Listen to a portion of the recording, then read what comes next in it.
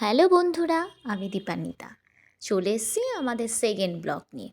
বলেছিলাম যে ঋষভ নিয়ে কিছু ভিডিও পোস্ট করব আপনাদের কাছে। আজকে দেখাচ্ছি আমরা কালকে ঋষভে পৌঁছে গেছিলাম, তারপর থেকেই না গুড়ি গুড়ি বৃষ্টি চলছে, প্রকৃতিটা ছিল অন্যরকম। আর এখন আমরা যে হোমস্টেতে রয়েছি তার কিছুটা দেখানোর চেষ্টা করছি। আমরা যে কবার ঋষভে গেছি আমরা এই একই হোমস্টেতে থেকেছি। এটা হলো রাজীবদার হোমস্টে, মানে আমাদের সাথে বলতে গেলে একটা আত্মীয়তার সম্পর্ক হয়ে গেছে। তবে এবার যেই রুমগুলোতে আমরা বুক করেছিলাম এটা কিন্তু প্রথম। আর আমরা এই রুম থেকে বসে আমরা প্রতিবার যে রুমে থাকতাম সেই রুমের ফটো দেখছিলাম। এই সামনের দিকটা দেখছেন, এখান থেকে কিন্তু কাঞ্চনজঙ্ঘা স্পষ্ট দেখা যায়। মেঘ করে রয়েছে তাই দেখা যাচ্ছে না। চলুন দেখো, এত কথা বলতে বলতে আসল কথাটা যে বলবো সেটাই বলা হয়নি। এই যে জিনিসটা তৈরি করতে দেখছো, এটা আমরা কলকাতা থেকেই নিয়ে গেছিলাম। আসলে রাজীবদা বললাম না আগে, এই রাজীবদার সাথে একটা অন্যরকম সম্পর্ক হয়ে গেছে। তো রাজীবদাকে আমাদের গিফট করার কিছু ছিল, তো আমার হাজবেন্ড ভাবলো নিজে হাতেই বানিয়ে কিছু করা যাক, কারণ ও এই ধরনের কাজ করতে খুব ভালোবাসে। আমরা যখন আগের বার গেছিলাম রাজীবদার ওখানে, তো ভাবলাম এই ধরনের কোনো ফটো রাজীবদাকে গিফট করা যাক। আমাদের স্মৃতি হিসেবে রাজীবদার ওখানে থেকে যাবে, আমরা যখন পরবর্তীতে যাব আমাদের দেখেও ভাল লাগবে। যেই বলা সেই কাজ। আর এই দেখো, এটা হলো ফাইনাল লুক। আমরা প্রথমবার যখন গেছিলাম তখন আমাদের সাথে আর একটা কাপেল গেছিল, তাদের ফটো ওখানে রয়েছে। দেখো একটু খুলে যাও বাবা যাও, এইখানে টানানোর জন্য এই ঘরে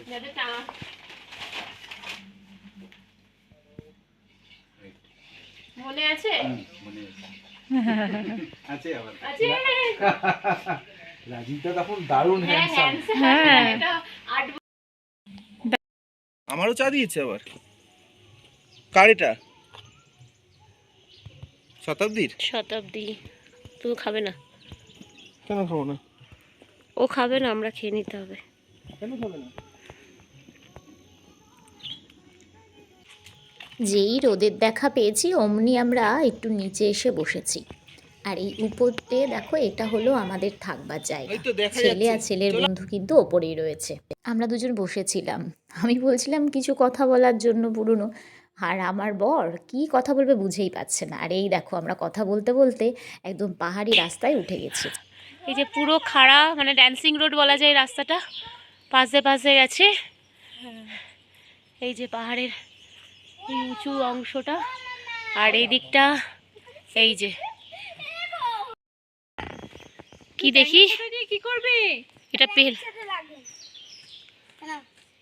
রাখো এখানে। আসো আসো, না না নিয়ে আসতে হবে তো। হুম আস্তে আস্তে আসো, তো কাছে নিয়ে আসবে তত তো সুবিধা।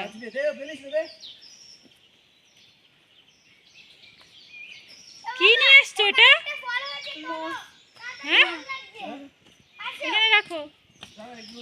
এগুলোকে কি বলে? হ্যাঁ, পাহাড়ে হাঁটতে গেলে এনার্জি লাগে। থ্যাংক ইউ, রাখো, যাওয়ার সময় নিয়ে যাব।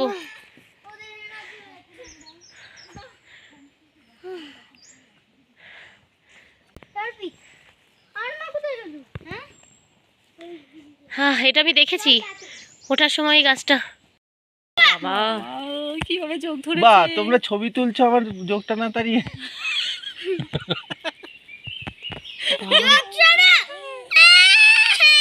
আরো আছে মনে হচ্ছে এইসব জায়গায়। না গাছে পাছে এখন বৃষ্টি না, গাছটা খোলো তাড়াতাড়ি। এই রাস্তাটা বেয়ে উঠে চলে আসলাম। এবার আমরা যেখানে স্টে করছি সেই জায়গাটা তোমাদের দেখাবো, চলো। দেখো মেঘ, পুরো যে মেঘ ভেসে ভেসে যাচ্ছে, এত সুন্দর। আমি কখনো বর্ষার পাহাড় আমি দেখিনি। কালকে বৃষ্টি পেয়েছি, আজকে এখনও বৃষ্টি পাইনি, কিন্তু সকাল থেকে রোদ ছিল। এখন এই 12:30 একটা বাজে, এখন কিন্তু মেঘ পুরো একদম ঢেকে দিয়েছে। দেখো এদিক থেকে কাঞ্চনজঙ্ঘা দেখা যায়, কিন্তু একদম এখন পুরো পাহাড় পুরো মেঘে ঢাকা, আর মনে হচ্ছে মেঘ ঘরের মধ্যে ঢুকে যাচ্ছে। চলো যাওয়া যাক, আমরা যেখানে থাকছি সেই জায়গাটা তোমাদের দেখিয়ে দিই। এই যে আগেরবার যখন এসেছিলাম আমার এই ঋষভে সেকেন্ড টাইম, বছর 8 আগে, তখনও এই দোলনাটা ছিল, তবে এই যে থাকার এই জায়গাটা সেটা ছিল না। এটা নতুন হয়েছে, বছর 2 মতন হলো। আমরা 2টো ফ্যামিলি এখানে থাকছি, 2টো ফ্যামিলি থাকারই ব্যবস্থা। যে এখান থেকে আগেরবার ওই যে এই রুমটাতে আমরা ছিলাম, এই সাইডের কর্নার। চলো,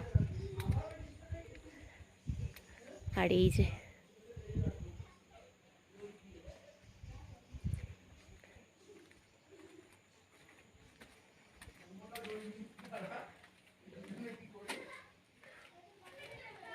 মনে হচ্ছে নিজেদের বাড়িতে ঢুকছি।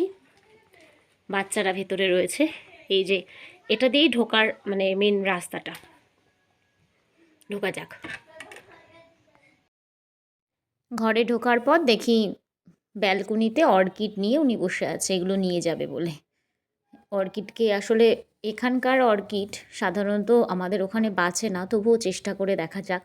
বাড়িতে গিয়ে বুঝতে পারবো অর্কিডগুলো কতটা বাঁচাতে পারলাম। আজকে এই পর্যন্ত, টাটা।